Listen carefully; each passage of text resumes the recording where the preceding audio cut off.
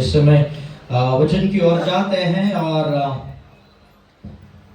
आज के दिन हमारा स्पेशल सर्विस है, डेडिकेशन है। आज हम उस डेडिकेशन सर्विस में भी जाएंगे और हम आपका ज़्यादा समय नहीं लेंगे। और ये चर्च का एक साल में जो मेरा पर्सनल एक्सपीरियंस रहा है वो ये है कि यहाँ पे हमने लाइफ को सेलिब्रेट किया है। जब ये कलीसिया, ये एक्चुअली जब कलीसिया हम ये प्लान भी नहीं था कि कलीसिया स्टार्ट करेंगे, टू बी वेरी ऑनेस्ट। ना मेरे को कभी पास्टर बनना था, ठीक है। वो तो मैं ऐसे लाइन में जाते रहते हैं ना, कोई अचानक उठा आ तू तो मैं नहीं है ना, तो वैसा मेरे साथ हुआ है ऑलमोस्ट। पर इस कलीसिया में एक साल 25 अगस्त का होगा, 25 अगस्त को होगा। और एक साल में इस कलीसिया ने कलीसिया को बढ़ते हुए देखा है, लाइफ, ठीक है। आप इतना दूर दूर से आते हैं, खुदा बाप आपको आशीषित करे।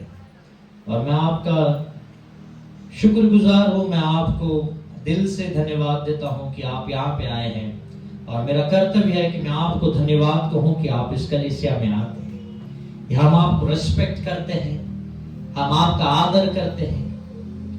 हम हर दिन आपके लिए एक फूल का दे नहीं पाएंगे, पर मैं हर संडे आपको धन्यवाद जरूर कहूंगा कि आपने वो कष्ट लिए और आप यहाँ पे आए हैं। खुदा बाप आपको आशीषित करे। ये कलीसिया हम सबको मिलकर होती है। कोई अच्छे आराधक की वजह से कलीसिया नहीं होती, एक अच्छे प्रचारक की वजह से कलीसिया नहीं होती। पर जब कलीसिया में आप रहते हैं, मैं रहता हूँ, सब रहते हैं, वहां पे परमेश्वर रहता है, उसे हम कलीसिया कहते हैं। हालेलुया। यहाँ पे सारे लोग उतना ही इंपॉर्टेंट है जितना कि कोई एक व्यक्ति आपको लगता रहेगा इंपॉर्टेंट। इस कलीसिया में ऐसा नहीं है कि मेरा इंपॉर्टेंस नहीं सर, यहाँ पे जितना मेरा है उतना ही आपका इंपॉर्टेंस है, क्योंकि खुदा बाप के लिए आप सब एक है। वो किसी को अलग अलग नजरिया से नहीं देखता है। कलीसिया एक लाइफ को सेलिब्रेट कर रही है। नए नए लोग आ रहे, लोग बीमारी से चंगे हुए, हमने लाइफ को देखा। पिछले कुछ महीने में हमने बैप्टिज्म को देखा, न्यू लाइफ, फिर एक बार। और आज डेडिकेशन, फिर एक बार लाइफ, फिर एक बार लाइफ। हम हर संडे घोषित करते हैं आपके ऊपर दीर्घ आयु, हम घोषित करते हैं। और जब हम दीर्घ आयु घोषित करते हैं, खुदा बाप लाइफ के नजर में आपके सामने एक एक चीज लाते जाएगा। Life, life, life, life. निश्चित ये कलीसिया का फर्स्ट बैप्टिज्म हमने देखे, फर्स्ट डेडिकेशन। साल खत्म होने से पहले शादी भी देखेंगे। हालेलुया, है ना। कलीसिया लाइफ सेलिब्रेट कर रही है। ऐसा जोरदार तालियां परमेश्वर के लिए जो लाइफ को इस कलीसिया में लेके आया। लोग लाइफ ढूंढ रहे हैं और खुदा बाप उसे कल्याण के चोजन वन में रखा। हालेलुया, लाइफ, है ना। परमेश्वर के नाम की स्तुति हो। और आज के दिन भी आपके लिए भोजन रखा गया है, आनंदित रहिएगा, है ना। आज का जीवन सिर्फ स्मरण रखिएगा कि दोनों खाना रखा है, वेज नॉन वेज रखा है। और मैं विनती करता हूँ आप सबसे कि वेजिटेरियंस हमारे यहाँ पे कम है, पहला सम्मान उन्हें दीजिएगा। हम करंतियों की कलीसिया में हम रहे, है ना। करंतियों की कलीसिया में क्या था, आप करंतियों पढ़ लेना, आपको पता चल जाएगा। पर हम वेज को पहला प्रेफरेंस देंगे, यद्यपि आपका नाम हम वेज में डाल देंगे, है ना। तो वेज है, तो वेज वालों को आप भरपेट खाने दीजिएगा। और अगर रह जाए तो कृपया आप उसे फिर उसका आनंद लीजिएगा। पर जो लोग नॉन वेज खाते हैं, कृपया वो नॉन वेज पे फोकस करें, जो वेज खाते हैं उनको वेज पे फोकस करने दीजिए। परमेश्वर आपको आशीषित करे।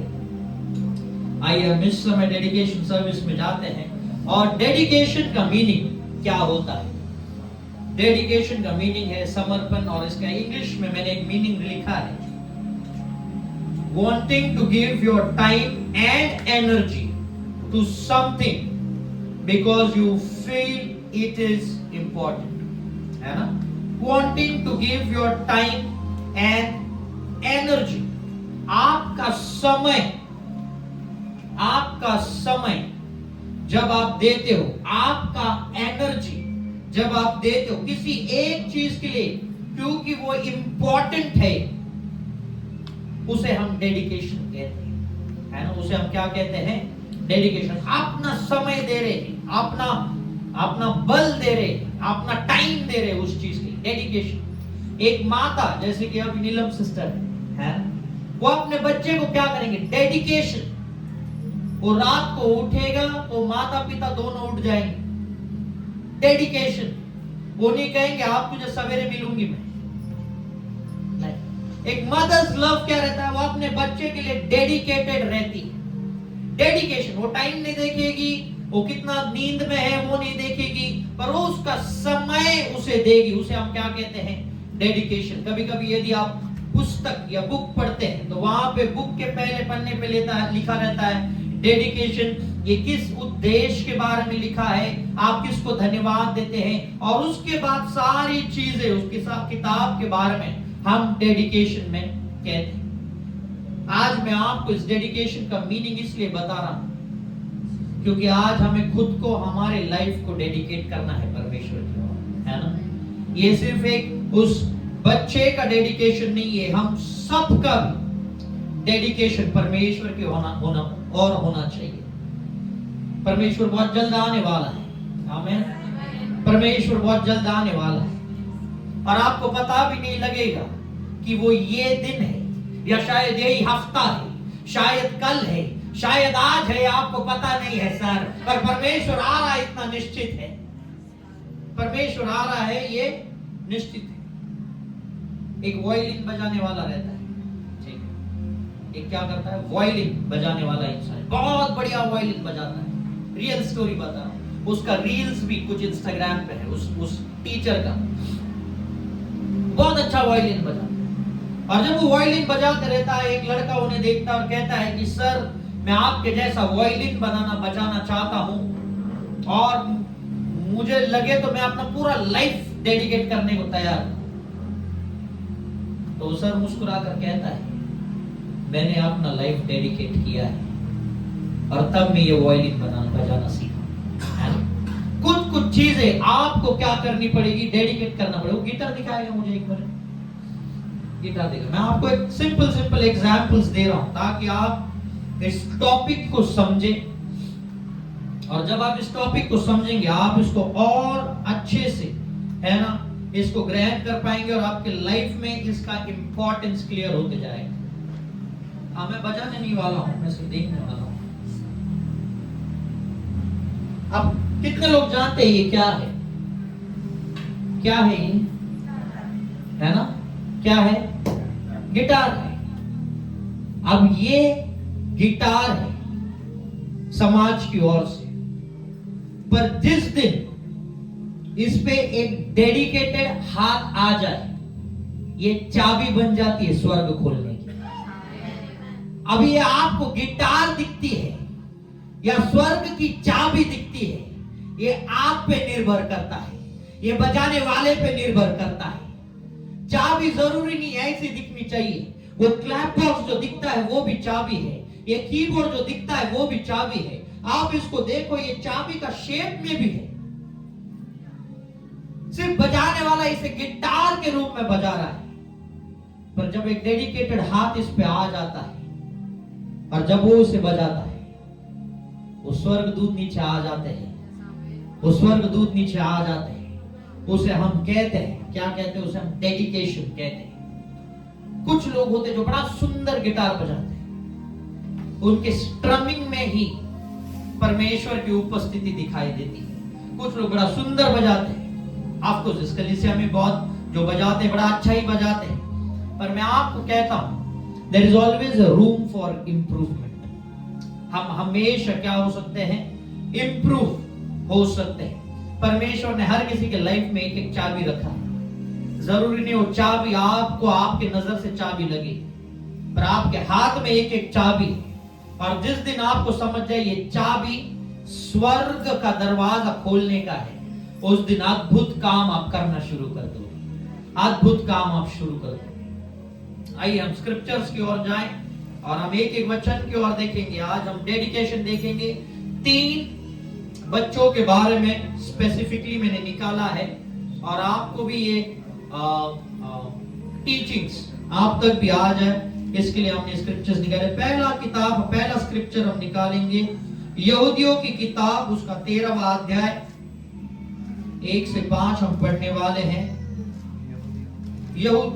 जजेस, न्यायियों की किताब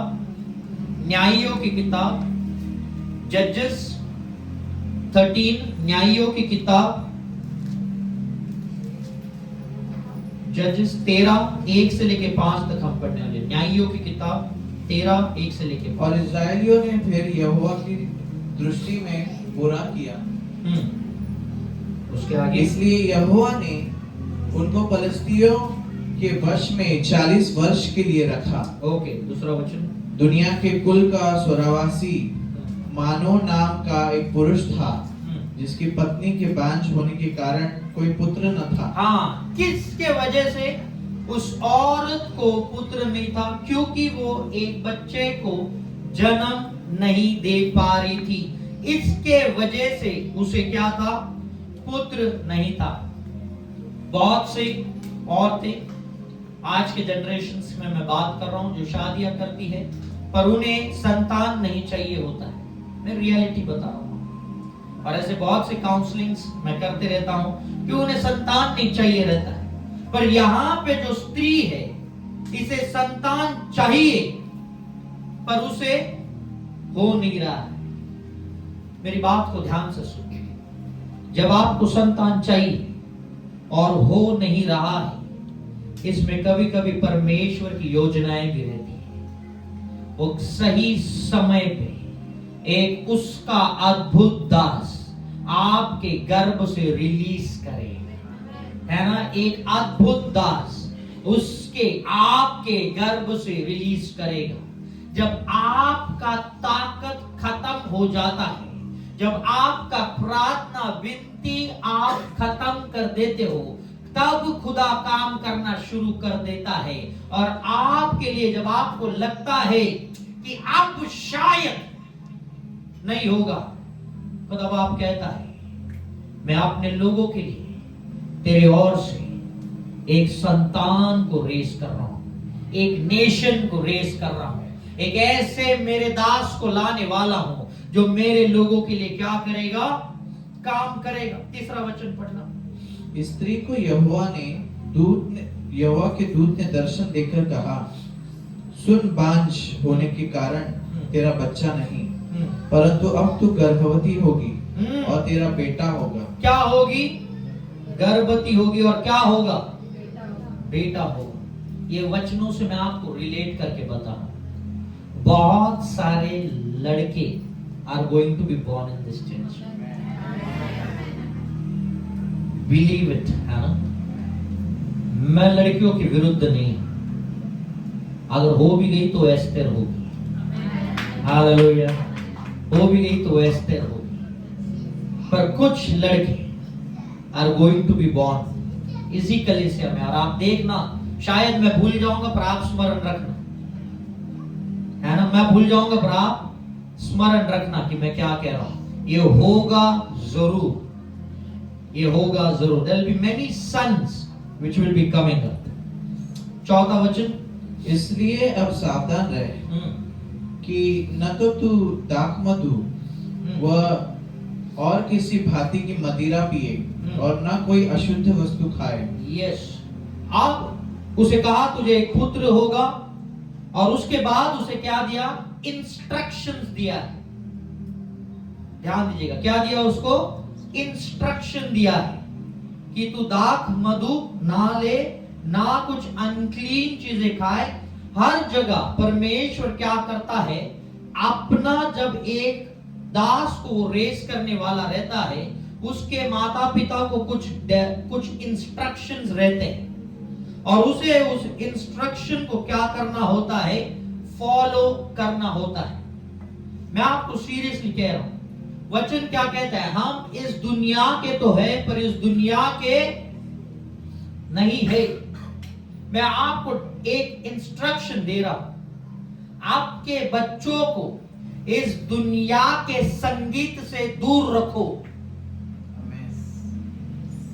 आपके बच्चों को इस दुनिया के संगीत से दूर रखो।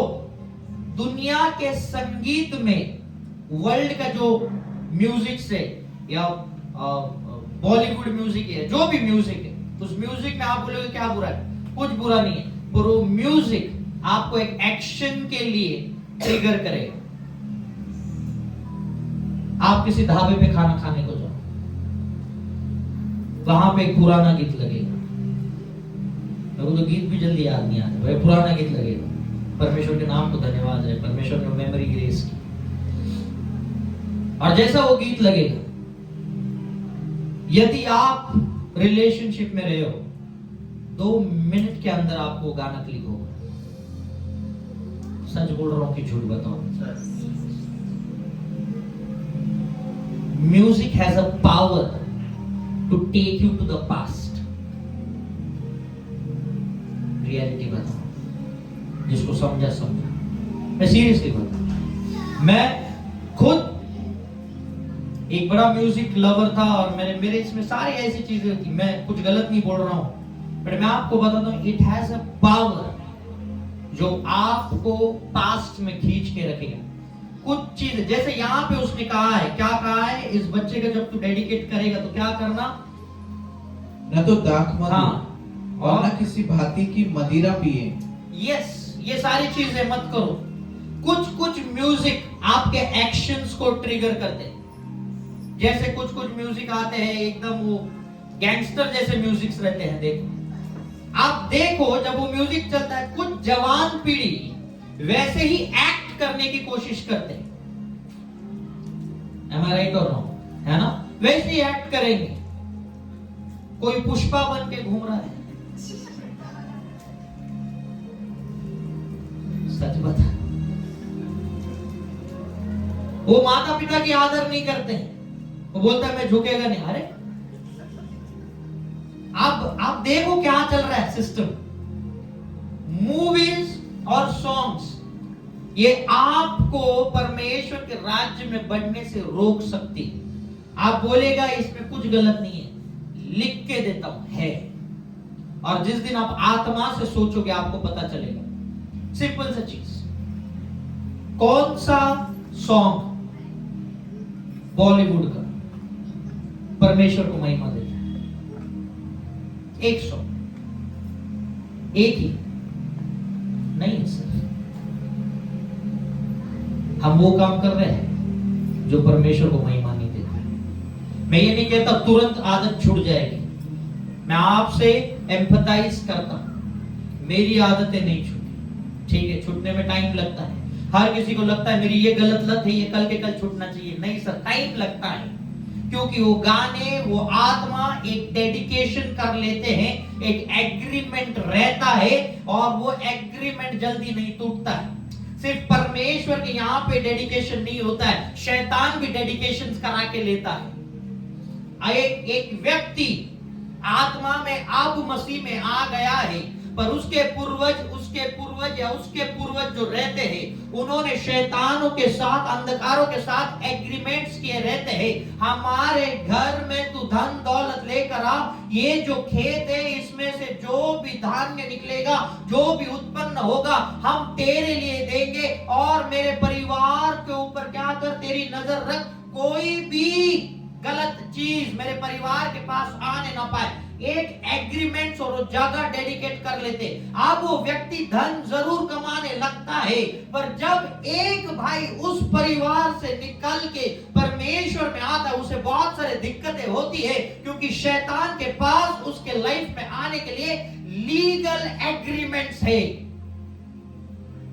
कितने लोग समझे इस बात? कलीसिया समझो मैं क्या बोल रहा हूं। आपके लाइफ में जो शैतान एंट्री करता है, घर पे जाके देखो कौन से लीगल एक्सेस आपने उसको दिए।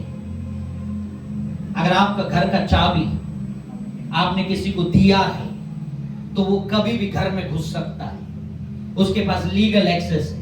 अगर आपका चाबी आपने नहीं दिया है, उसको खटखटाना पड़ेगा, ठक ठक ठक ठक ठक। फिर आपके ऊपर निर्भर करता है, डोर होल से देख लेना उसको अंदर एंट्री देना है कि नहीं देना है। You getting my point? चाबी आप किसने दी है? शायद आप बोले मैंने नहीं दिया, आपके परिवार में से किसी ने तो नहीं दिया, आपके पूर्वज में से किसी ने। देखना कौन सा चाबी है जो उसके पास लीगल एक्सेस क्या है, और वो लीगल एक्सेस को आपको यीशु के लहू से ब्रेक करना है, क्योंकि उसका लहू क्या है? जिंदा लहू है। उसका लहू क्या है? जिंदा लहू है। कीप एन अकाउंट, मैं आपको कह रहा हूं कि हम किस किस चीज को इंपॉर्टेंस देते हैं, किन किन चीजों को हम इंपॉर्टेंस देते हैं। लास्ट 5वां वचन पढ़ना। क्योंकि तू गर्भवती होगी और तेरा एक बेटा उत्पन्न होगा और उसके सर पर छुरा न फिरे, क्योंकि वह जन्म से ही परमेश्वर का नाज़र रहेगा। आमीन, है ना? और वो क्या करेगा? लीड करेगा इजराइल को फिलिस्तीयों के हाथों से निकालने के लिए। NIV बाइबल जो है इंग्लिश में, वहां पे लिखा है boy is to be a Nazarite dedicated to God from the womb. Dedicated किसको? परमेश्वर के लिए, गर्भ से ही। ये सैमसन के बारे में मैं कह रहा हूं, गर्भ से ही डेडिकेट किया गया है परमेश्वर के लिए, पहला स्क्रिप्चर। और उसके माता को क्या था? इंस्ट्रक्शंस दिया था। दूसरा स्क्रिप्चर के पास जाएंगे जल्दी, लूका 1:5वें वचन से। लूका 1:5 से 20 तक पढ़ने वाले, बट कुछ कुछ वचन ही पढ़ेंगे। यहूदियों के राजा हेरोदेस के समय अबिया के दल में जकरिया नाम का एक याजक था, और उसकी पत्नी हारून के वंश की थी, जिसका नाम इलिशबा था। यस। और वे दोनों परमेश्वर के सामने धर्मी थे और प्रभु की सारी आज्ञाओं और विधियों पर निर्दोष चलने वाले थे। Okay, next. क्योंकि इलिशबा बांझ थी और वे दोनों बूढ़े थे, इसलिए उनकी कोई संतान नहीं थी। देखो, एलिजाबेथ जो यहाँ पे थी और उसका पति जो था जकरिया, ठीक है, ये दोनों क्या करते थे?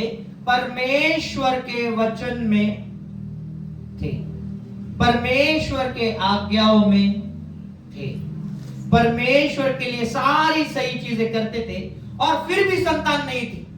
इंटरेस्टिंग। कभी कभी जब संतान नहीं होती है, हमारे दिमाग में ख्याल आने लगता है, शैतान डालता है, ओ तेरा पाप किया रहेगा, ओ तेरे पूर्वजों ने कुछ किया रहेगा, ओ तेरा इसका कुछ हुआ रहेगा, तेरा उसका कुछ हुआ रहेगा। वचन कहता है दोनों भी सही थे, फिर भी संतान नहीं थी। परमेश्वर की योजनाएं रहती है। क्या आप समझ रहे मेरी बात को? परमेश्वर की योजनाएं रहती है। उसके आगे आप 11वां वचन पढ़ना सीखो कि प्रभु का एक स्वर्गदूत धूप की वेदी की दाहिनी ओर खड़ा हुआ उसको दिखाई दिया। 12वां। और जकरिया देखकर घबराया और उस पर बड़ा भय छा गया। परंतु स्वर्गदूत ने उससे कहा, हे जकरिया, भयभीत न हो, क्योंकि तेरी प्रार्थना सुन ली गई है, और तेरी पत्नी एलिशबा से तेरे लिए एक पुत्र उत्पन्न होगा, और तू उसका नाम यूहन्ना रखना। आमेन। अगेन इंस्ट्रक्शंस, ध्यान देना, इंस्ट्रक्शंस। परमेश्वर जब आपके हाथ में कुछ देता है, उसके साथ वो इंस्ट्रक्शंस देता है, तुझे क्या करना है, क्या नहीं करना है ना। 15वें वचन में आप देखोगे तो इंस्ट्रक्शंस। अब यहाँ पे जकरिया को क्या कहता है? स्वर्गदूत आके कहता है, तेरी प्रार्थना सुनी गई है।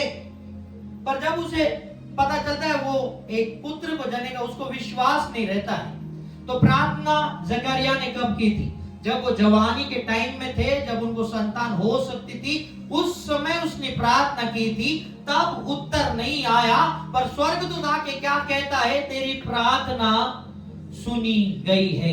कितने लोग यहाँ पे है जिनको लगता है मेरी प्रार्थना सुनी गई नहीं है, वो तू आज उसका उत्तर नहीं देख रहा है। आने वाले दिन में स्वर्गदूत तेरे सामने खड़ा होएगा और कहेगा तेरी प्रार्थना देख सुनी गई है, और तू कहेगा कब कही थी, वो तू भूल गया रहेगा, पर वो सुनी गई है और उसका उत्तर भी आएगा यीशु के नाम से। कोई भी प्रार्थना आपकी अनसुनी नहीं होती है, ना आपका आवाज अनसुना होता है, ना परमेश्वर का आवाज अनसुना होता है। जब यीशु मसीह मंदिर में था और कुछ रोमी सिपाही आ गए और कहा कि तुझे क्या करना है, इस मंदिर का टैक्स देना है। और यीशु मसीह ने कहा पेत्रस को पहली मछली लेकर आ, उसके मुंह में सिक्के रहेंगे। और जब खुदा ने ये कहा, वो मछली को उधर पता चल गया कि वो आदेश मुझे देना है, वो सिक्के जमा करने लग गई रहेगी। वो पेत्रस अभी तक नाव पे भी नहीं गया और मछली मुंह में सिक्के लेके घूम रही होगी।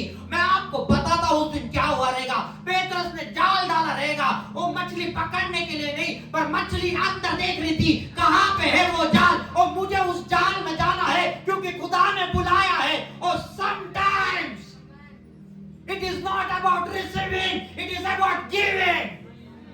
और उस मछली ने सुन लिया मेरे खुदा ने मुझे बुलाया। वो 4 सिक्के मुंह में लेके घूम रहे, जैसा जाल डाला वो मछली उस जाल में आके फंस गई, क्योंकि आदेश क्या था, पहली मछली उठा, और जैसे पहली मछली उठे 4 सिक्के आ गए। जब शब्द निकलता है पानी के गहराई पे भी सुनाई देता है। पानी के गहराई पे सुनाई देता है। मैं आपको बताऊं, पेत्रस कंफ्यूज हुआ रहेगा कौन सी मछली किधर जाऊं, पर उसे नहीं पता एक मछली ऑलरेडी पानी के नीचे सिक्के गिन रही है, सिक्के गिन रही है। तुझे दिखाई नहीं देगा, पर तेरे लिए कोई तो सिक्के गिन रहा है। तुझे दिखाई नहीं देगा, पर तेरे लिए जो जरूरत की चीज है कोई तो उसे ऑलरेडी ढूंढ रहा है। खुदा बात काम करता है।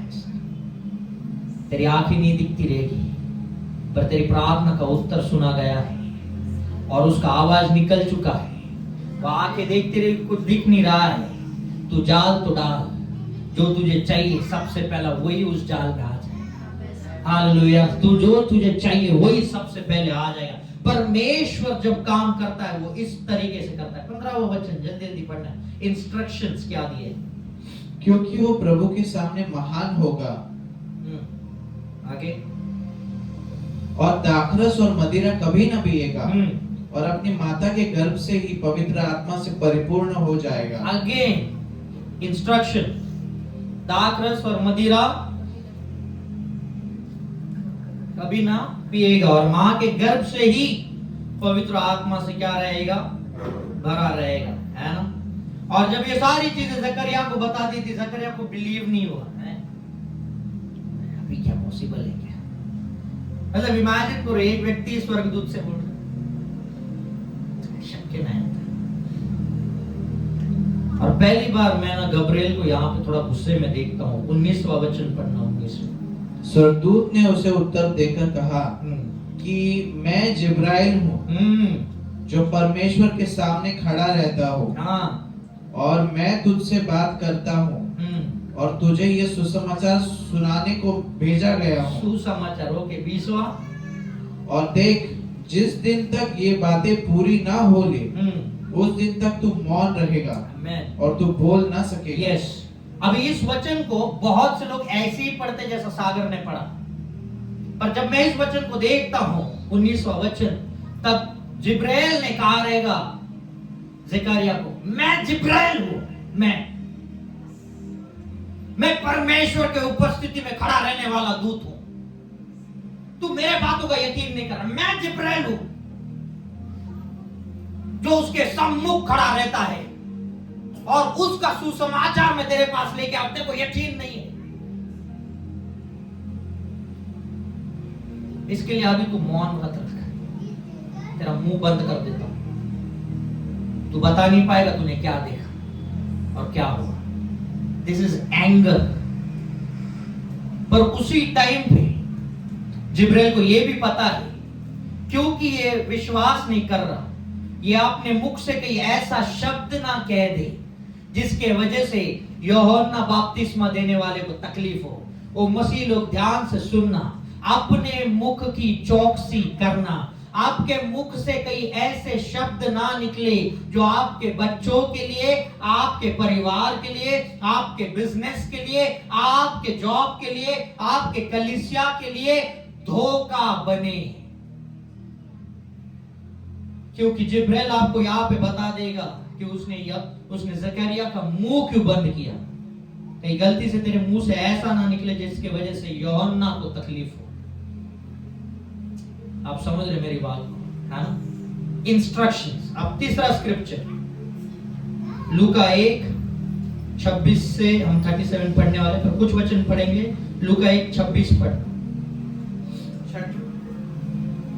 छठवें महीने में परमेश्वर की ओर से जिब्राइल स्वर्गदूत गलील के नासरत नगर में एक कुंवारी के पास भेजा गया, जिसकी मंगनी यूसुफ नाम दाऊद के घराने के एक पुरुष से हुई थी। यस, उस कुंवारी का नाम मरियम था। Very good. परमेश्वर की प्लानिंग भी रहती। परमेश्वर ऐसे ही पहले यूहन्ना बपतिस्मा को बाहर आना था, यीशु मसीह के लिए रास्ता तैयार करना था। इसलिए जब वो 6 महीने गर्भवती थी, उसके बाद मरियम को बोला गया है ना? तो प्लानिंग आपके लाइफ में परमेश्वर महीनों की, सालों की, दिन की, घंटों की, हफ्ते की प्लानिंग करते रहता है। जरूरी नहीं जो आज इसे मिला वो उसे भी मिलेगा, उसे शायद एक टाइम के बाद मिलेगा, पर मिलेगा, ये श्योर है ना? आगे का वचन।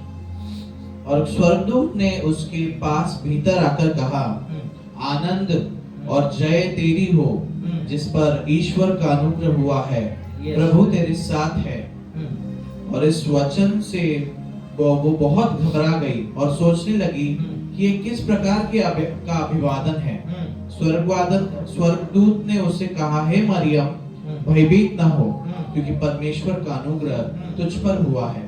और देख, तू गर्भवती होगी और तेरा एक पुत्र उत्पन्न होगा। अगेन पुत्र उत्पन्न होगा, और तो उसका नाम यीशु रखना। आमेन, है ना? अब अगेन फिर यहाँ पे क्या हुआ है?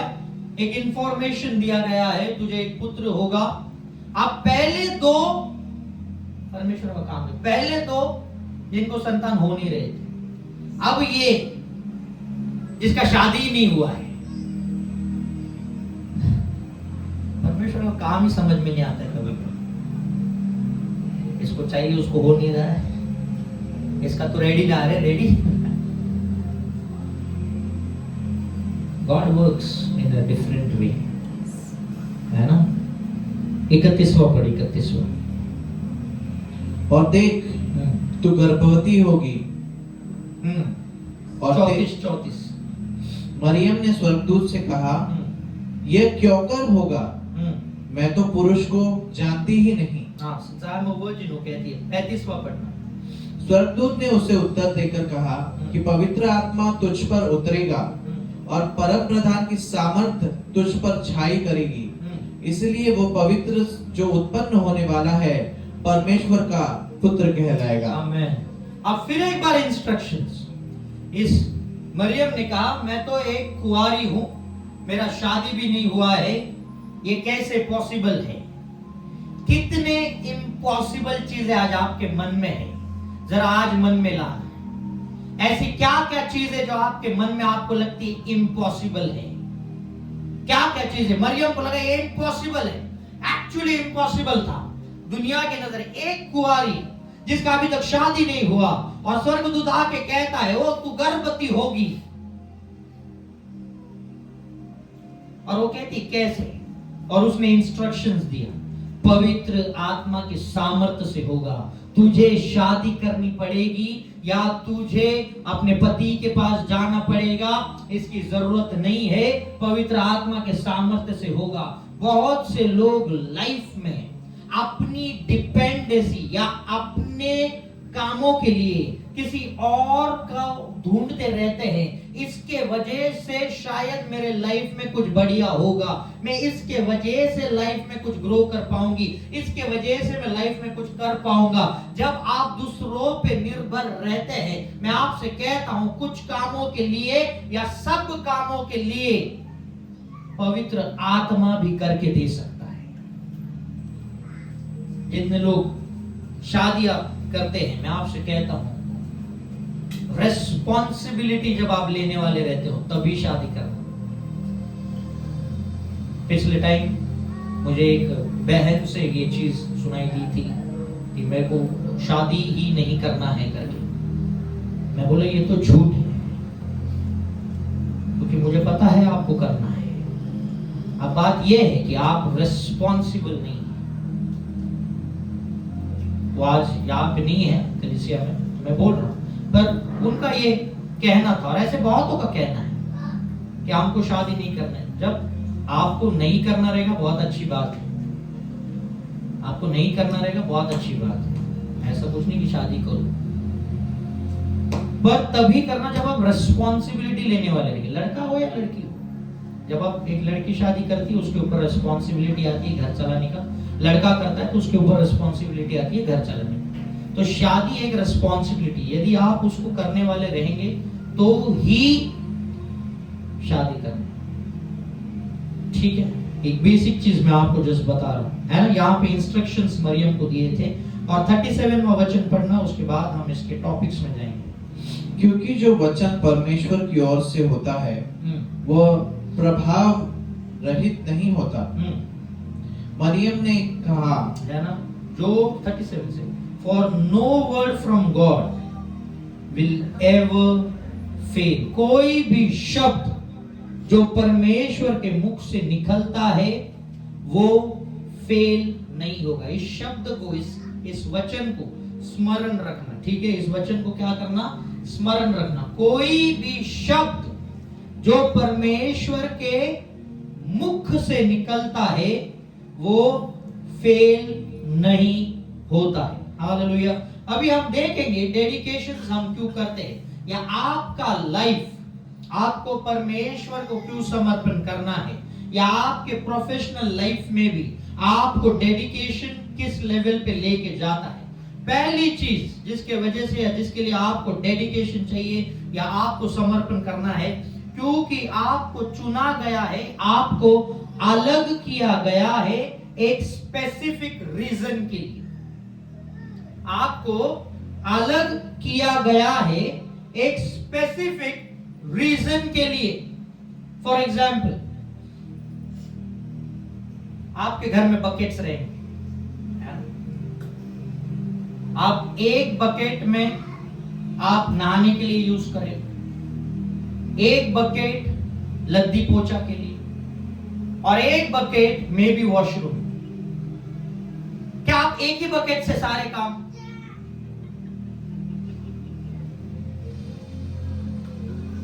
बकेट ही है, पानी ही कैरी करना है, पर क्या रहेगा, अलग किया रहेगा।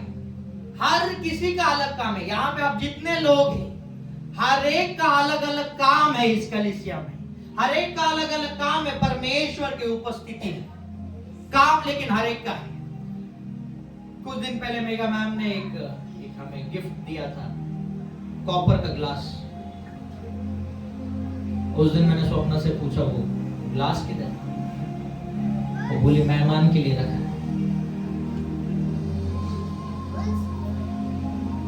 आपके घर में भी होता है वो, कौन सा क्रॉकरी कहते हैं, वो ऐसा गिर गया तो टूट जाता है, क्या बोलते हैं उसको, कौन सा क्रॉकरी रहता है? हाँ, सिरामिक्स। हमारे घर में भी है सिरामिक्स। पर जब मेहमान आएंगे तब आप समझ रहे हैं, स्पेशल गेस्ट के लिए। कभी कभी मैं प्लेट देखता हूं तो ये कब आया आपने,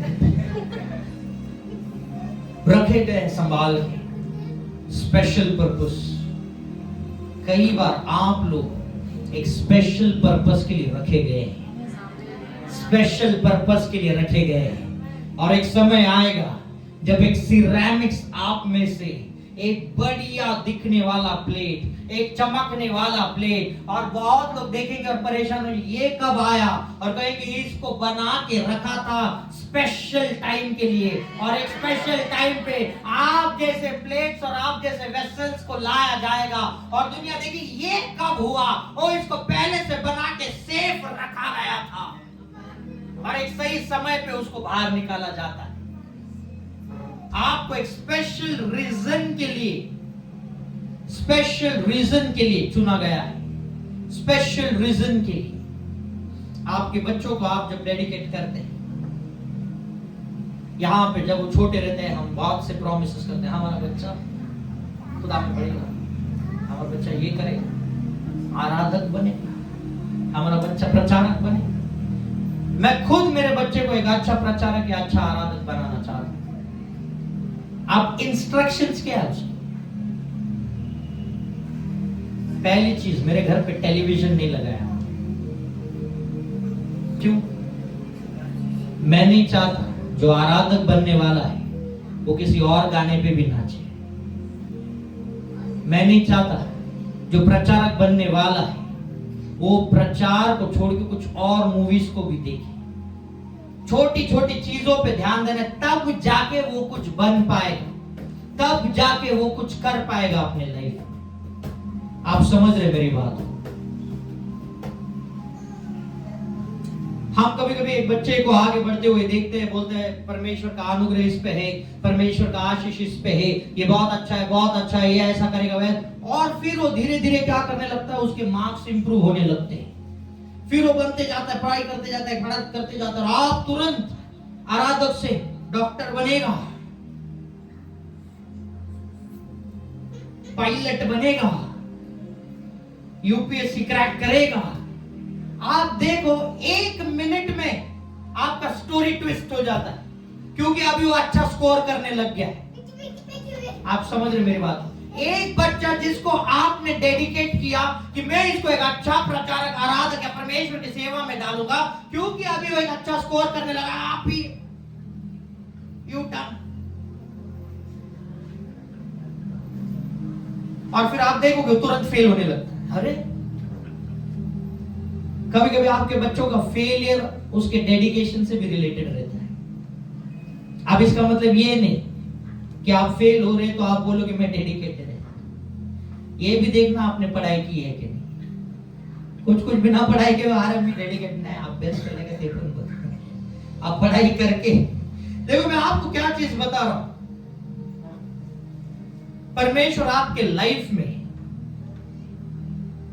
और आपके दिल में एक पोजीशन चाहता है। जब वो आपको अलग करता है तो बहुत बार वो सिचुएशन को अलाउ करता है कि वो आपके लक्ष्य को आपका खुदा बना देता है। ध्यान से सुनना इस चीज को, मैं क्या बोल रहा हूं। ये स्पिरिचुअल विजडम की मैं बात कर रहा हूं, स्पिरिचुअल विजडम की मैं बात कर रहा हूं। बहुत बार जब परमेश्वर आपको चुनता है और आपका इस्तेमाल उसे करना है, तो वो आपको जबरदस्ती आके, फोर्सफुली आके नहीं कहेगा तुझे ये नहीं करना, तुझे ये करना है, तू ये सब काम छोड़, तू ये कर। वो फोर्स नहीं करेगा। वो दुष्ट आत्मा नहीं है जो आपको फोर्सफुली कोई चीज करवाएगा। वो आपको सबसे पहला फेल होने देता है। अब परमेश्वर आपको फेल नहीं करता है। ध्यान दीजिए, जब आप फेल होते हो परमेश्वर आपको फेल नहीं करता है, पर वो जो आपके लाइफ में गोल बना है और उस गोल को जिसको आपने परमेश्वर बना लिया है, पहला वो उससे फेल कर देता है। फॉर एग्जाम्पल, मेरा उद्देश्य कुछ तो परमेश्वर के राज्य में करने का है और मेरा गोल रहेगा एक्टिंग। अब मैं तेरे ऊपर नहीं बोल रहा हूं, ठीक है, मैं एक सिंपल चीज बता रहा हूं, मुझे एक्टर बनना है, ठीक है। अब मैं परमेश्वर के राज्य में काम कर रहा हूं, पर मुझे एक्टर बनना है और मैंने मेरे एक्टिंग स्किल्स को या टेलीविजन सेट्स को मैं उसको खुदा बना लेता हूं, और मैं कहता हूं मेरा रोजी रोटी इससे आएगा और इससे सब कुछ चलेगा, और मैं उस पे फोकस करता हूं और मैं परमेश्वर से प्रार्थना करता हूं मेरे इस काम में तू क्या कर, मेरी मदद कर। और खुदा बाप करता भी है, पर क्योंकि तेरा एक्टिंग, तेरा टेलीविजन, तेरा स्क्रीन खुदा नहीं है, वो फेल हो जाएगा। आप समझे अभी मेरी बात? आपके हृदय में बहुत से ऑब्सेशंस रहेंगे, या मैं कहूंगा आइडल्स रहेंगे, जो कि गलत नहीं। फॉर एग्जाम्पल, आप डिजायर करते हो मेरे को अब्रॉड में जाके सेटल होना है, आप डिजायर करोगे मेरे को एक अच्छा डॉक्टर बनना है, आप डिजायर करोगे मेरा एक अच्छा शादी होना चाहिए, आप डिजायर करोगे मेरा एक बढ़िया बिजनेस होना चाहिए, आप डिजायर करोगे। ये डिजायर कुछ गलत नहीं, इसमें कहीं पे भी पाप नहीं है, पर क्योंकि ये डिजायर्स परमेश्वर का पोजीशन आपके लाइफ में पीछे लेके जा रहा है, खुदा बाप क्या करता है, वो डिजायर्स को आपके लिए खुदा बना देता है और देखता है और सोचता है कभी जब ये फेल हो जाएगा तू मेरा रैंकिंग इंप्रूव करेगा। यस, परमेश्वर मेरे दिल में है, पर कौन से रैंक पे है? परमेश्वर का रैंक मेरे दिल में 81 है, परमेश्वर का रैंक मेरे दिल में 90 है। यस, तेरे दिल में परमेश्वर है, नो डाउट, पर कौन से रैंक पे है? आप समझ रहे मेरी बात? कौन से रैंक पे है परमेश्वर आपके दिल में? कुछ बोले मेरे पास सिर्फ 5-6 चीजें, 6 चीजें, ठीक है, परमेश्वर का रैंक आपके दिल में 7वां रहेगा। वो 6 चीजों को फेल होने का टाइम देगा। परमेश्वर बड़ा धीरज बांधता है। आप 10th 2 बार दोगे, 3 बार दोगे, 5 बार दोगे, पर परमेश्वर आपको फर्स्ट स्टैंडर्ड में रखेगा 20 साल तक और वेट करेगा तू कब क्वालिफाई होता है सेकेंड। परमेश्वर पेशेंस रखता है।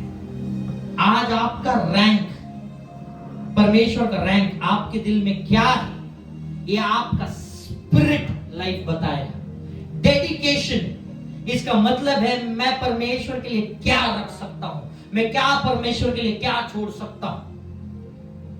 परमेश्वर जब डेडिकेशन मांगता है या जब आपको चुनता है, वो आपके लाइफ पे कुछ डिमांड करता है। उसने अब्राहम को कहा तू अपना एक लौता पुत्र लेकर आ जिससे तू प्रेम रखता है।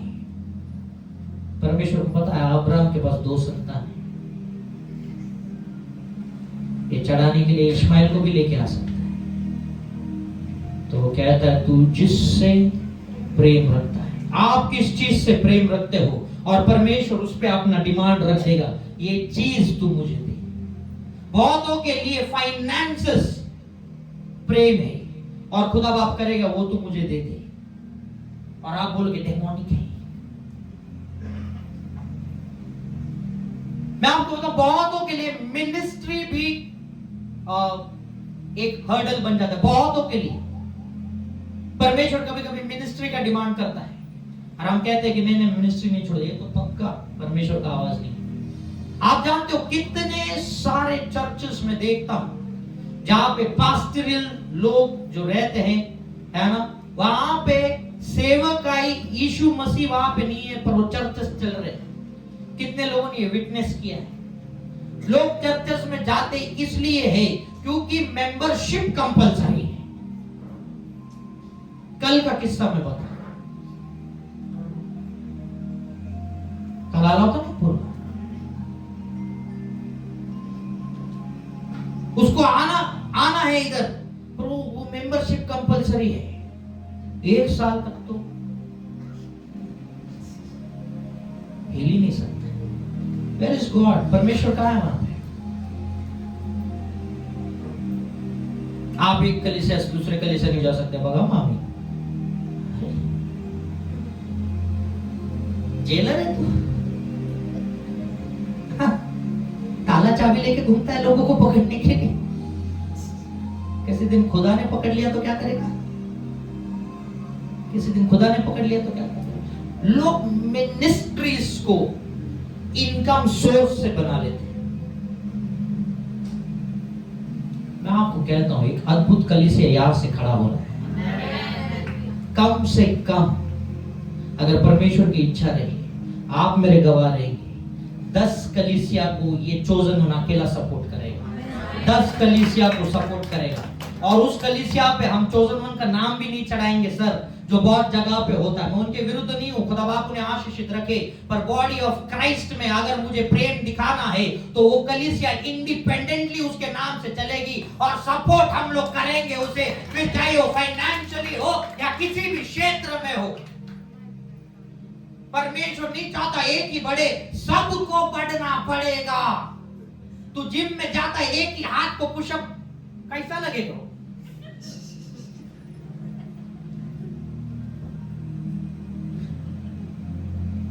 बॉडी ऑफ क्राइस्ट, अगर तुम सही में परमेश्वर का प्रेम दिखाना चाहते हैं, हर एक कलीसिया बढ़ना चाहिए, हर एक वर्शिप टीम बढ़ना चाहिए, हर एक जगह पे प्रचार बढ़ना चाहिए।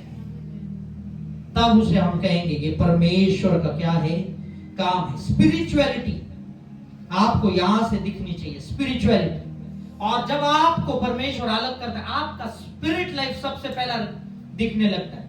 आप लोगों ने कभी नोटिस किया, कुछ लोग आपके घर में आते जाते हैं, उसने कुछ बुरा नहीं किया आपके साथ, कुछ गलत नहीं बोला, पर आप दूसरे से बोलेंगे इसको देख के ना गड़बड़ लगता है। कभी ऐसा हुआ है? एक दो, उसने कुछ गलत नहीं किया है अभी तक, उसने तुमको बड़ा इज्जत से पेश आया है आपसे, हालांकि उससे ज्यादा किसी ने आपको इज्जत नहीं दिया रहेगा,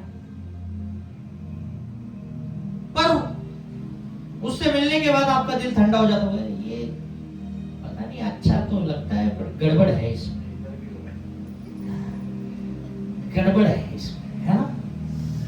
स्पिरिट रिफ्लेक्ट करता है, स्पिरिट मैन रिफ्लेक्ट करता है। वो कितना भी अच्छा क्यों ना रहे, वो कितना भी बढ़िया क्यों ना रहे, पर उसकी आत्मा दर्शाएगी कि वो क्या है और किस चीज पे काम कर रहा है। देखो, जब परमेश्वर के लिए जब आप एक अलग किए जाते हो, ध्यान देना, आत्मा, पवित्र आत्मा आपको गाइड करेगी। बहुत से लोग मिशन में फेल हो जाते हैं क्योंकि वो आत्मा से चुने गए नहीं है। फॉर एग्जाम्पल, बहुत से लोग क्लैप बॉक्स बजाने को चाहते रहेंगे, ड्रम्स बजाने को चाहते रहेंगे, वो ड्रम सेट ले लेंगे, सब कुछ कर लेंगे, पर क्योंकि उनके पास डेडिकेशन नहीं है, वो फेल हो जाएंगे। गिटार बजाना चाहते, गिटार लेके रखेंगे, पर स्ट्रिंग्स जब चूकने लगेंगे, आप नहीं, ये नहीं होएगा मुझसे। पर जो डेडिकेटेड है वो बनते ही जाएगा। जब आपको एक आराधक बनना होता है, आपको लाइट्स का जरूरत नहीं होता है। जब आपको आराधक बनना होता है, आपको सही इंस्ट्रूमेंट्स का जरूरत नहीं होता है। जब आपको एक अच्छा आराधक बनना होता है, वो एक अच्छा सेलिब्रिटी मेरे साथ रहेगा तो ही मैं एक अच्छा आराधक बन पाऊंगा, उसका जरूरत नहीं होता है। जब तू खुदा के लिए गाने लगता है और तू स्लम्स में भी गाएगा तो भी परमेश्वर तेरे को ग्लोबल लेवल पे उठा के रख देगा। जब तू स्लम्स में भी गाएगा और परमेश्वर ग्लोबल लेवल पे उठा के रख देगा, ग्लोबल लेवल पे। ये परमेश्वर का काम है आपके लिए, क्योंकि उठाने का काम सिर्फ परमेश्वर करता है। आप ये मत देखना मेरे में ये कमी है, मेरे में वो कमी है, मेरा में ऐसा है वैसा है, नहीं सर। जब परमेश्वर आपको चुनता है और आपको अलग कर देता है, उसके पीछे रीजन होता है। आज जो बेटा यहाँ पे डेडिकेट होने वाला है, उसके पीछे भी रीजन है, उसके पीछे भी रीजन है। और आप भी कहीं ना कहीं डेडिकेट हुए हैं, इसलिए आप यहां पे हैं, इसलिए आप यहां पे हैं। और आपके लिए भी रीजन है। शायद आप भूल गए रहेंगे, इस दुनिया के भाग दौड़ में आपने सारी चीजें भूल गए रहेंगे, पर परमेश्वर क्या करता है, स्मरण रखता है।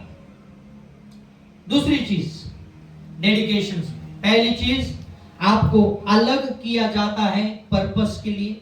दूसरा चीज आपको क्या दिया जाता है, इंस्ट्रक्शंस दिया जाता है। कोई मेरे लिए निकालिएगा एस्तेर 2 और उसका 12वां वचन।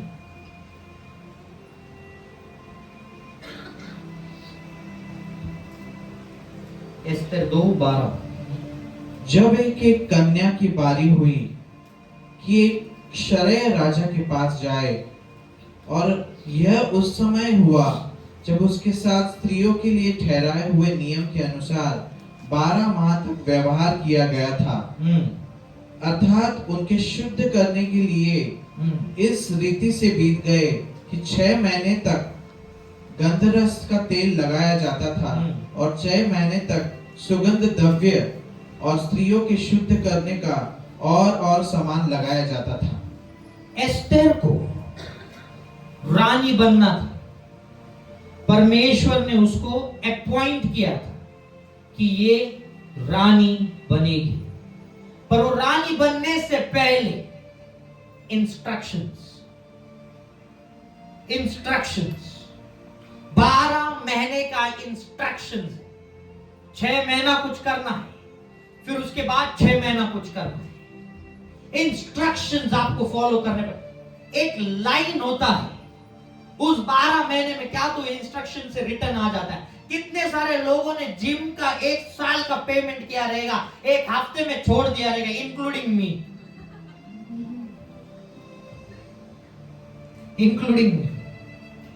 12 महीने का फीस पे कर दिया, जिम ट्रेनर के साथ हायर कमिटमेंट्स। आपको पता, मैं जिम में गया, जिम देखा, वहां पे बहुत सारे क्या हो, मेरे मुंह में अलग वर्ड है, मटन का दुकान में बॉडी बिल्डर्स। हाँ, सारे बॉडी बिल्डर्स थे, एक बड़ा ये वो। तो मैं देखा, और एक लीन बॉडी करके कुछ कहते हैं, लीन बॉडी है ना, ऐसा रहता है। तो मैं कहा, बोला ये अच्छा लगे, बोला ये ऐसा सेम मेरे को बना के दे। 1 साल बोला दिया। दूसरे दिन मैं जिम गया, खूब कसरत की। पहले दिन में सलमान खान बनने का था, मैं चल ही नहीं पा रहा था स्टेयरकेस घर पे आते समय, और मैंने जिम बहुत जल्दी छोड़ दी। और ट्रेनर मेरे को कॉल करके बोलता, सर आ जाइए, आपका पैसा वेस्ट करना होने दो। जब आप डेडिकेटेड नहीं रहोगे ना, आप फेल हो जाओगे। लोग यूपीएससी कर रहा हूं, यूपीएससी कर रहा हूं, यूपीएससी कर रहा हूं, यूपीएससी कर रहा हूं, मैं देख यूपीएससी, सारे किताब भर के रख देंगे, एक पन्ना नहीं खोला। तू घरातच बत्ती लावून फिर। मैं एमपीएससी कर रहा हूं, मैं यूपीएससी कर रहा हूं, मैं एडवोकेट बनने वाला हूं, मैं ये कर। डेडिकेशन लगता है। या आप इतना दूर से इधर आते, ये मजाक है, ये डेडिकेशन। और परमेश्वर इसका उत्तर आपको देगा, आपको आशीषित करके देगा, क्योंकि ये डेडिकेशन है। आप इतना दूर आप आते, ये मजाक का बात नहीं है, ये डेडिकेशन है। इस चर्च में प्रेम है, मैं आपको बताता हूं। पासवान के बेटे का डेडिकेशन है। गुब्बारे लाने, बलून का मशीन लाने कोई दूसरी बहन चली गई, जिनका शायद उनका और पासवान का इतना क्लोज परिचय नहीं है, पर फिर भी वो बहन उसके लिए चली गई। कोई भी सोचेगा मैं तो जानती भी नहीं हूं, पर वो गई, उसने खुद वो सारी चीजें खरीद के लेके आई नहीं, सवेरे खड़ी भी थी डेकोरेशन के लिए, देखो उसके साथ बाकी सारे लोग भी थे, पर उस बहन का उसमें पार्टिसिपेशन परमेश्वर के प्रेम को दर्शाता है। परमेश्वर के प्रेम को दर्शाता, वो इस कलीसिया में है और वो दिखना जरूरी है। एक तीसरे व्यक्ति का कुछ, चौथा व्यक्ति दौड़ रहा है। This is love, pure love. ये दुनिया में सेल्फिश लव मिलेगा आपको, क्योंकि आपसे कुछ मिलने वाला है, वो आपके लिए कुछ करेगा। बट प्योर लव, कुछ लेना देना ही नहीं है, पर फिर भी वो आपके लिए कुछ करेगा। प्योर लव, इसको हम परमेश्वर का प्रेम कहते हैं। यू नीड इंस्ट्रक्शंस को फॉलो करो। कभी कभी परमेश्वर आपको इंस्ट्रक्शंस देगा। मिनिस्ट्री में जब आप आओगे, परमेश्वर इंस्ट्रक्शन देगा। रात का समय तेरा और मेरा समय, तू ठीक रहे या ना रहे, तुझको नींद आए या ना आए, तुझे रात में मेरे उपस्थिति में आना है। और आप जाओगे हर रात को अपने कमरे के अंदर और बाइबल खोलोगे, वचन पढ़ोगे, आराधना करोगे, और कुछ नहीं लगेगा, सब नॉर्मल लगेगा। दूसरा रात आएगा, तीसरा रात आएगा, चौथा रात आएगा, मे बी 1 साल, 2 साल, 3 साल सेम चीज कर रहे हो, बट कुछ चेंज नहीं है, आपको लगेगा यही चल रहा है, but it is an instructions जो आपको फॉलो करना पड़ता है। और एक दिन जब आप उस कमरे के अंदर जाओगे, एज यूजुअल, मैं आपसे कह रहा हूं,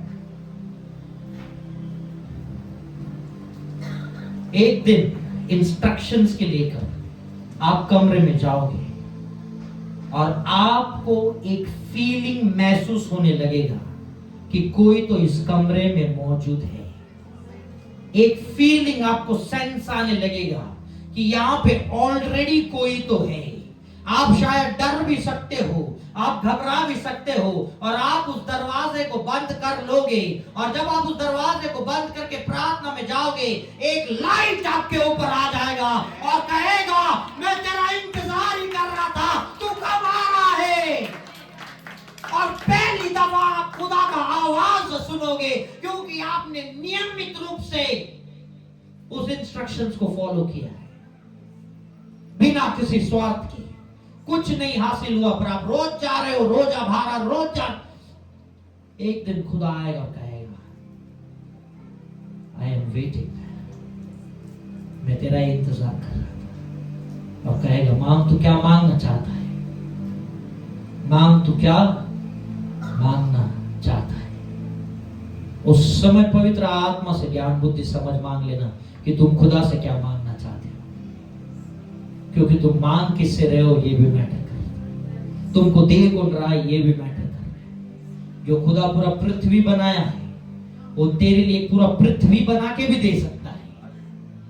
तू क्या मांगने वाला है ये तुझ पे निर्भर करता है। पर जब तू इंस्ट्रक्शंस को फॉलो करेगा डेडिकेटेडली, लोग कहेंगे ये बेवकूफ इंसान है, कहने दे, मैं सिर्फ इंस्ट्रक्शंस को फॉलो कर रहा हूं, मैं सिर्फ इंस्ट्रक्शंस को फॉलो कर रहा हूं, मैं सिर्फ इंस्ट्रक्शंस को फॉलो कर रहा हूं, क्योंकि मैं जानता हूं जिसने इंस्ट्रक्शन दिया है वो विजिट भी देगा, वो विजिट भी देगा। इस कलीसिया में आपको परमेश्वर विजिट देगा यीशु के नाम से। आज कोई खाली हाथ नहीं जाएगा सर, परमेश्वर आपको विजिट देगा। डेडिकेटेड रहो, इंस्ट्रक्शंस लो और खुदा बाप करेगा। लूका 2:52 अगर आप देखोगे, वहां पे लिखा है कि यीशु मसीह मनुष्य के और परमेश्वर के ज्ञान बुद्धि में और फेवर में क्या हुआ, बढ़ता गया। इंस्ट्रक्शंस, यीशु मसीह जिसका इंफॉर्मेशन खुद गब्रिएल ने दिया था, वो यीशु मसीह क्या कर रहा है, ग्रो कर रहा है। क्या कर रहा है, ग्रो कर रहा है। वो अद्भुत रीति से प्रकट नहीं हुआ, चल अभी ये डायरेक्ट मिनिस्ट्री स्टार्ट, मैं इस काम के लिए हूं, मेरे को और कुछ नहीं। वो ग्रो कर रहा है, ज्ञान बुद्धि समझ, मनुष्य के भी और परमेश्वर के भी। आपको पता है जेनेसिस का मिरेकल, उत्पत्ति में एक मिरेकल है आदम का।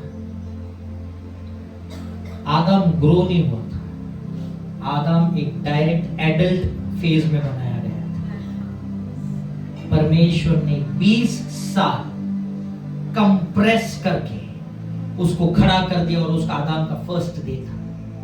वो सेम प्रोफेटिक डिक्लेरेशंस में आप पे करता हूं। आने वाले दिन में आपका जो ग्रोथ रहेगा, जो व्यक्ति देखेगा वो कहेगा तुझे 20 साल लगा रहेगा ये करने के लिए, और तू कहेगा नहीं ये मेरा पहला दिन है। वो 20 साल कंप्रेस करके तेरा वन डे क्रिएट कर सकता है। वैसा अनॉइंटिंग मैं आपके ऊपर यीशु के नाम से रिलीज करता हूँ। वो तू कहेगा मैं कब से स्ट्रगल कर रहा हूँ, मैं कब से स्ट्रगल कर रहा हूँ। वो खुदा बाप है, 20 साल एक साथ दबा के एक दिन में तुझे खड़ा कर देगा। और लोग कहेंगे अरे come on church, understand, समझो इस चीज को। 20 साल एक बहुत बड़ा बिजनेसमैन आएगा और कहेगा कितने साल का मेहनत है, आप कहेगा आज शुरुआत किया है सर, आज शुरुआत है। और बोलेगा तू झूठा है, there is a work behind this, and you'll say no, this is the first day. The first day. 20 years in one day. 20 years in one day. आपको मेरा उम्र 45 का हो गया है, 50 का हो गया है, मैंने कुछ ग्रोथ नहीं दिखा। 20 साल एक दिन में खुदा बाप तेरे लिए कर सकता है। 20 साल एक दिन में खुदा बाप कर सकता है। आपका ग्रोथ मैं बताता हूं कैसा रहेगा। आप जब ग्रोथ आपका लोग देखेंगे, लोग आपके बातें को देख के आपको झूठा कहेंगे, ऐसा आपका ग्रोथ रहेगा। कहेगा अरे ये पॉसिबल नहीं है जो तू कह रहा है, और तू कहेगा अरे ये एक दिन में हुआ है। दैट ग्रोथ, आदम का ग्रोथ 20 साल एक दिन में, उस खुदा की मैं आराधना करता हूं। Jesus for you, Jesus for you. आपके सारे सक्सेस के ईयर्स कंप्रेस करके एक ही दिन में दे रहे, ये ले। क्या दे सकते हैं ऐसे खुदा को? You can't give anything except dedication. Except dedication. खुद को देखो, स्पिरिचुअलिटी ये नहीं है कि मैं क्या रिसीव करता हूं। स्पिरिचुअलिटी ये है मैं उसके लिए क्या दे सकता हूं। मैं क्या रिसीव करूंगा इस पे नहीं है, मैं क्या दे सकता हूं। बहुत सारे मिनिस्ट्रीज परमेश्वर के दाहिने हाथ के चमत्कार को देखने के बाद भी बंद हुए। लाइफ किससे है मेरे पास? रियल किससे? आज के डेट के बड़े बड़े चमत्कार किए, चर्च बहुत बड़ा बड़ा होने लग गया, और फिर ऑल ऑफ सडन बंद। जब परमेश्वर मिनिस्ट्री से निकल जाता है, मनुष्य उसे खींच नहीं सकता है। मनुष्य उसे खींच नहीं सकता। मैं हर दिन दुआ करता हूं, हर शनिवार को, और उसको कहता तू कल आ रहा है तो मैं जा रहा हूं, नहीं तो मैं नहीं जा रहा। तूने मूसा को अपने मार्ग दिखाए, तू मुझे भी दिखा। तू कल आ रहा है पक्का, तो जाता हूं, नहीं तो मैं खुद नहीं जा रहा। कॉविनेंट्स है, कॉविनेंट्स है। आई होप चर्च आप समझ रहे हैं। हालेलुया। कनेक्ट हो रहे आप? We may get more emotional, हाँ? परमेश्वर के राज में इमोशनल होना जरूरी। That's how God works. तीसरा की, stay focused सारे challenges में। Stay focused. फोकस आपका परमेश्वर की ओर रहना चाहिए। जिस दिन आपका फोकस परमेश्वर से हट जाएगा, जिस पानी पे तू चलने का सामर्थ्य रखता है, वो पानी तुझे डुबा भी सकती है। स्टे फोकस, परमेश्वर के ऊपर क्या कर, फोकस करते चलते जा। रूथ की किताब खोलेंगे, रूथ 1 और उसका 10वां वचन कोई मेरे लिए पढ़ेगा। फोकस्ड।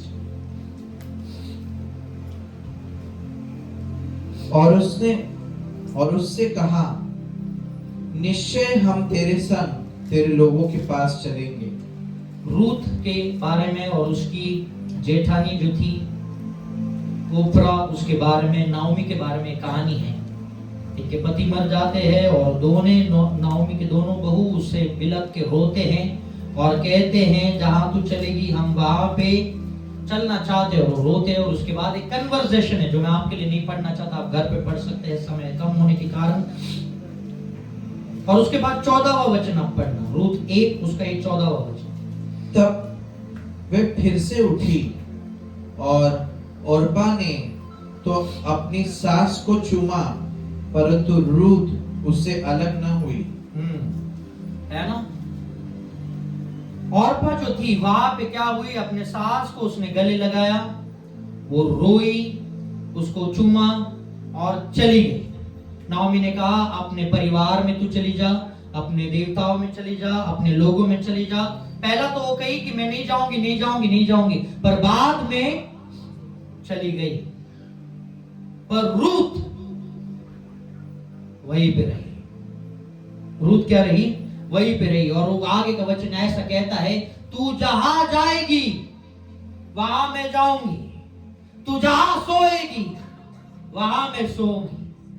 तेरे लोग मेरे लोग, तेरा परमेश्वर मेरा परमेश्वर। और जब रूथ अपना फोकस चेंज नहीं की और परमेश्वर अब नाओमी के साथ उसके देश में चली गई, बिना ये देखे क्या होने वाला है क्या नहीं होने वाला है, खुदा बाप ने उसे अलग कर दिया गया था। उसको एक इंस्ट्रक्शंस था कि मैं जा जाऊंगी, तेरा लोग मेरा लोग। और यहां पे जब वो फोकस्ड थी, मैं अपने सास को नहीं छोड़ूंगी। कोई भी सेंसिबल व्यक्ति उस समय अपने सास को छोड़ के जाता है, कुछ गलत नहीं, कुछ गलत नहीं, वो अपने सास को छोड़ के जा सकता है। सास खुद बोल रही है जा, क्योंकि उसका ही ठिकाना नहीं पता हो क्या खाएगी कहां रहेगी, और कोई भी व्यक्ति यही करता। पर ये एक ऐसी बहू थी रूथ जो अपने सास के लिए रुकी, तू जहां जाएगी मैं नहीं तुझे छोड़ूंगी। लव, परमेश्वर का लव है ना, परमेश्वर का लव, तू जहां जाएगी। और उसका नतीजा हम जानते हैं। उसकी सास कहती है इस खेत से जाके कुछ काम कर, और काम करते करते करते करते एक दिन बोआज उसे मिलता है। और खुदा बाप जब आपको आशीषित करना चाहता है, इस बात को ध्यान रखना, जब खुदा बाप आपको आशीषित करना चाहता है, एस्टैब्लिश्ड लोगों से आपको मिलाता है, एस्टैब्लिश्ड लोगों से आपको मिलाता है। रूथ का वो जमीन नहीं था, पर उस जमीन की मालकिन रूथ बनी, है ना। रूथ का वो उसको सोच में भी नहीं था, अगर मैं सास के साथ जाऊंगी तो मुझे सेल्फिश लव नहीं था। और खुदा बाप ने देखा और कहा कि इसको, इसके द्वारा और इसके लाइन से दाऊद आने वाला है, दाऊद आने वाला है। उसको पता नहीं था, बहुत सी चीजें आपको पता नहीं। स्टे फोकस्ड, फोकस्ड रहो, और खुदा बाप आपके लिए कुछ जमीनें खोल देगा। खुदा बाप आपके लिए एक बोआज को ला देगा। खुदा बाप आपके लिए अबीमेलेक को ला सकता है। खुदा बाप आपके लिए कुछ बड़े लोगों को आपके लाइफ में रिलीज कर सकता है। इफ यू बिलीव दिस, से आमेन। आपके लाइफ का ग्रोथ आपके कामों के ऊपर डिपेंड नहीं करता। कोई तो लोग रहते जो आपको उठा सकते, ऐसे लोगों पे भी डिपेंड करता है। राइट और रॉन्ग? आप किसी ऑफिस में काम कर रहे हैं, आपको ग्रोथ के स्टेप्स रहेंगे, first step, second step, third step, fourth step, fifth step. पर यदि उस ऑफिस का और उस पूरे ऑर्गेनाइजेशन का बॉस आपके फेवर में आए, आपके स्टेप्स कैंसिल हो जाते हैं, आप हाईली प्रमोटेड हो जाते हैं। सही बोल रहा हो कि नहीं? जिस दिन बॉस का फेवर आ जाएगा, आपके लिए स्टेप्स कैंसिल हो जाते हैं, आप डायरेक्टली हाईएस्ट लेवल पे चले जाते हैं। वैसा फेवर मैं आपके ऊपर यीशु के नाम से मांगता हूं कि आपका प्रमोशन स्टेप बाय स्टेप ना हो, पर हाईएस्ट लेवल पे हो, हाईएस्ट लेवल्स पे हो। Stay focused. आखिरी पॉइंट, डेडिकेशन क्या कराता है? आपको पावरफुल बनाता है। पावरफुल बनने के लिए सबसे पहले आपको अलग होना जरूरी है। दूसरा, आपको डेवलप होना जरूरी है। तीसरा, फोकस्ड रहना जरूरी है। और चौथा, जब आप ये तीन चीजें करोगे, आप पावरफुल बनते जाओगे। हालेलुया। आप क्या बनते जाओगे? पावरफुल बनते जाओगे। शेर का अगर जब बच्चा आप देखोगे, कोई भी मनुष्य उसको उठा के गिली गिली गिली गिली कर सकता, शेर का बच्चा है। पर क्योंकि वो बच्चा है, मस्त है ना?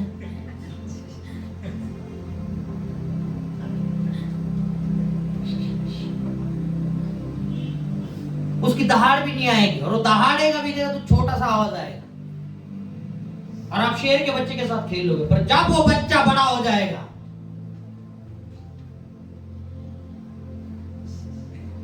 वो आपके साथ गिली गिली करेगा, आप भागोगे।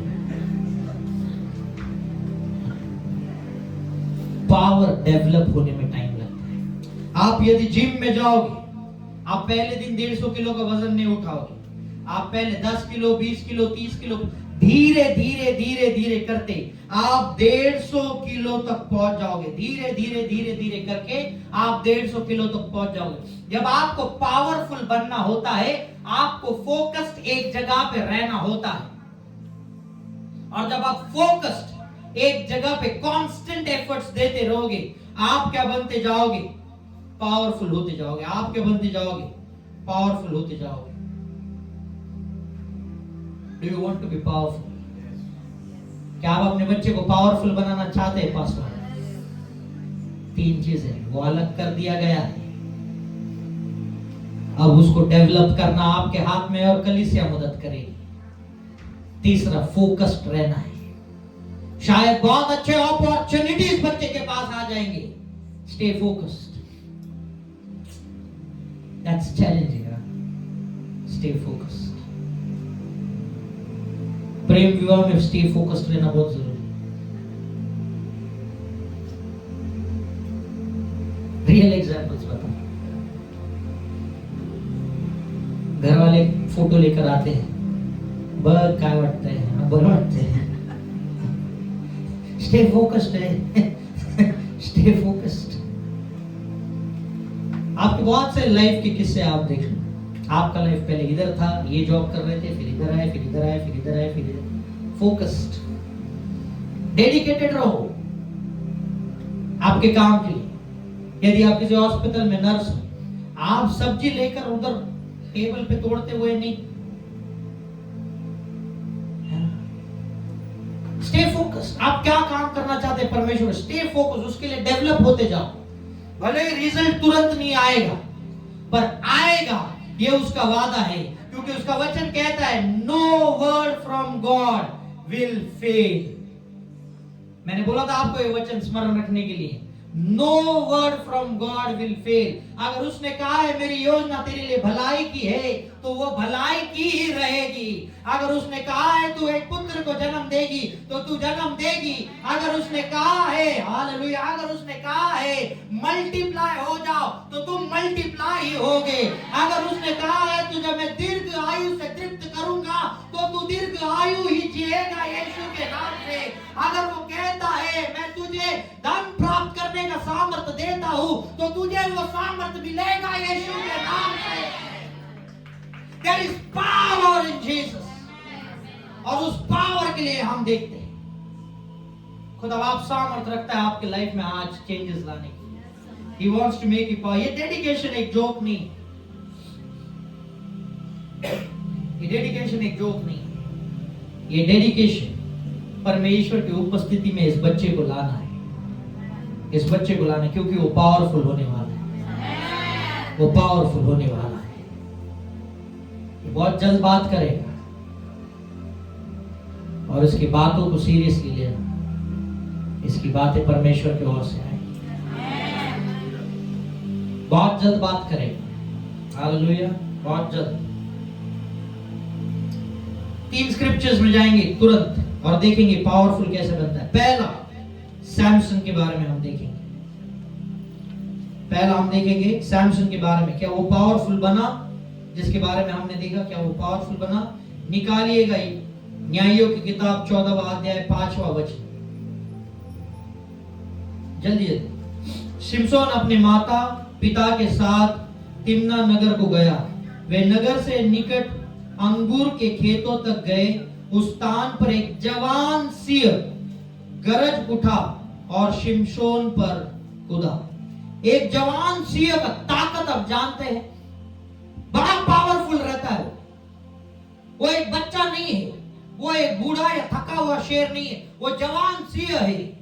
और वो गरज के साथ शिमशोन पे कूदा। गरज के साथ वो गरज जाए तो भी इंसान अटैक से ही निकल जाएगा, पर वो गरज के साथ शिमशोन पे कूदा। वचन कहता है, और उसका आगे का कहता है, यहोवा की आत्मा बड़ी शक्ति से शिमशोन पर उतरी।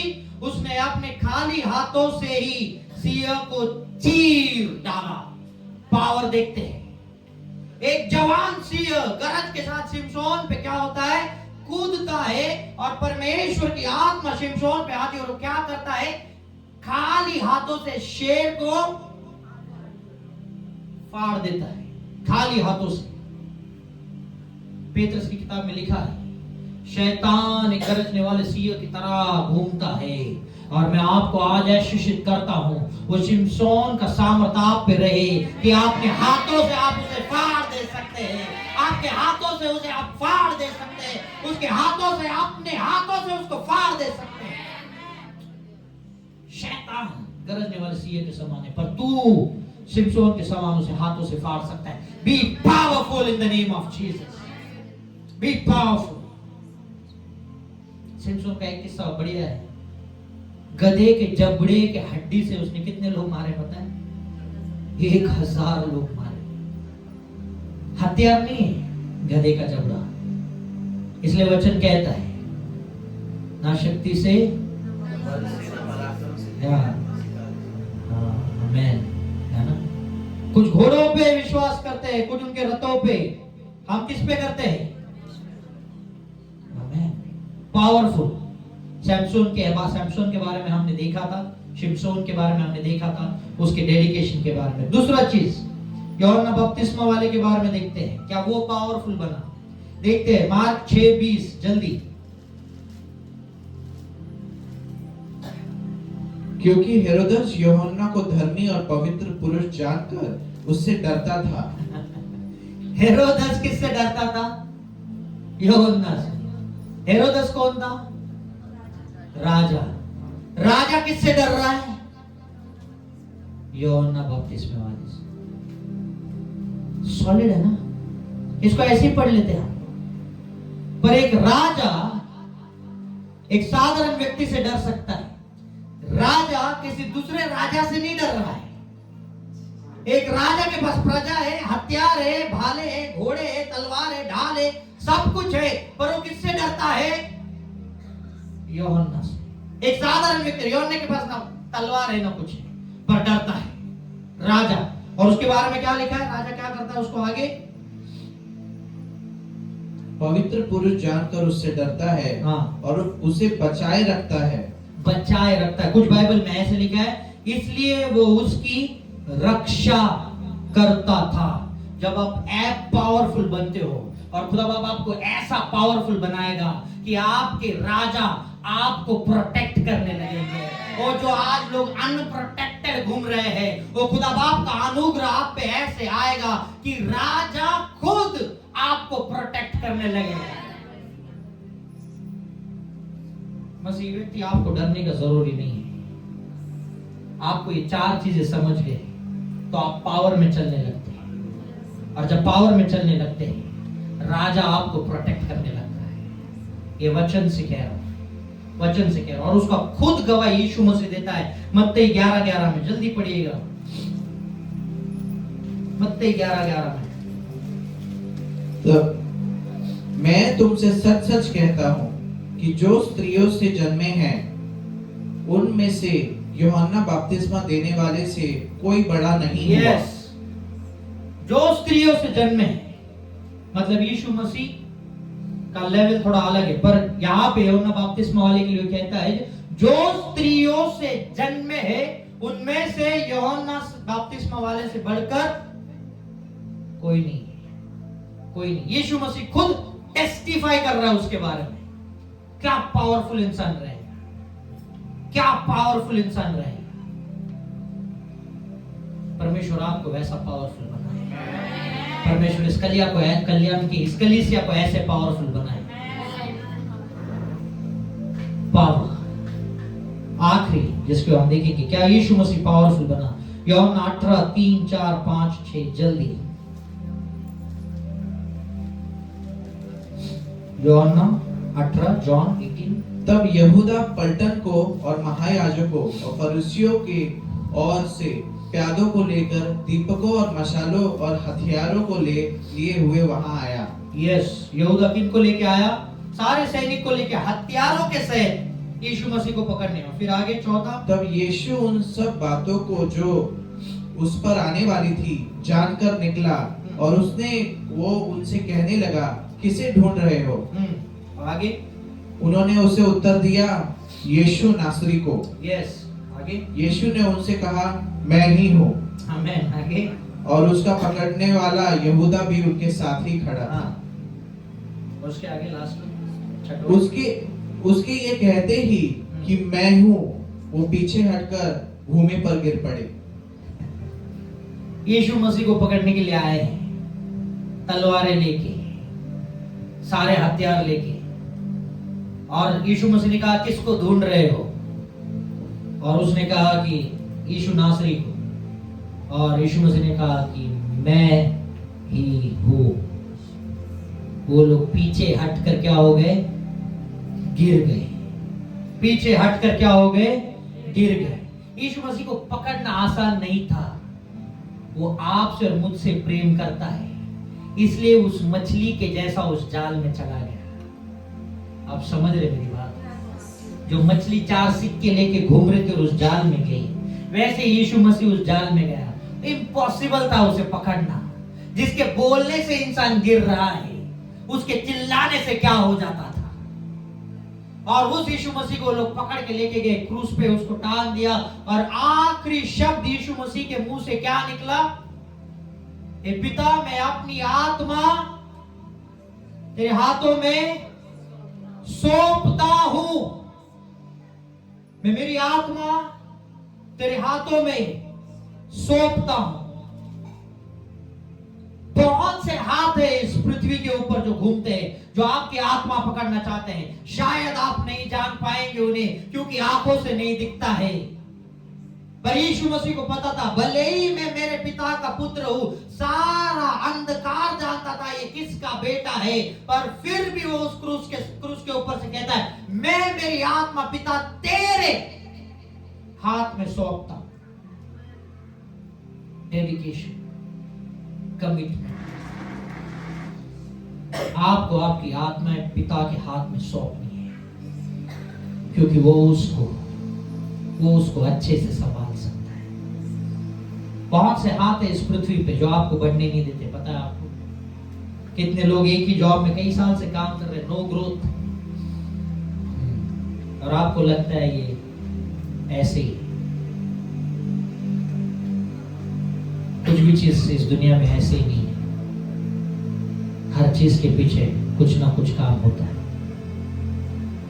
और स्पिरिचुअलिटी में इस डेडिकेशन के दिन हम ये देखने वाले हैं, आप क्या परमेश्वर को दे सकते हो। जब यीशु मसीह ने कहा ये आत्मा में तेरे हाथ में सौंपता हूं, वो मर गया। कुछ लोगों ने जश्न बनाया रहेगा, चलो खत्म हो गई एक कहानी। उनको नहीं पता था दूसरी कहानी बड़ी अद्भुत रीति से शुरू होने वाली है। उसको मार दिया गया, उसे दफन कर दिया गया, उस कब्र के ऊपर पत्थर चढ़ाया गया, उस पत्थर के आगे कुछ सिपाही रख दिए गए थे। पर जब समय आया, वो सिपाही गिर पड़े, वो पत्थर निकाला गया और यीशु मसीह को बाहर आ गया। हालेलुया। कुछ पत्थर जो आपके ऊपर लगाए गए रहेंगे, आज उस डेडिकेशन को हम स्मरण करके उसे हम हटाते, यीशु के नाम से हटाते हैं, और आप उसमें से बाहर आ जाओ। जहां पे लोगों को लगा था आपकी कहानी खत्म हुई, वो 6 जुलाई को शुरू हो गई है। फिर एक बार यीशु के नाम से, वो जितनों ने कहा था मेरा कहानी खत्म हो गया है, तेरे पड़ोसी ने कहा रहेगा कहानी खत्म हो गया है, तेरे दुश्मन जो तुझसे नफरत करते उन्होंने कहा खत्म हो गया है। 6 जुलाई 2025 एक किताब फिर एक बार खोल दिया गया है। जहां पे फुल स्टॉप लगाया गया था, उसको कोमा में कन्वर्ट कर दिया गया है और लिखा गया है the story begins now. Hallelujah. Life for you. परमेश्वर आपके लिए लाइफ लेके आया है। Life for you. हालेलुया। हम प्रार्थना में जाएंगे इस समय।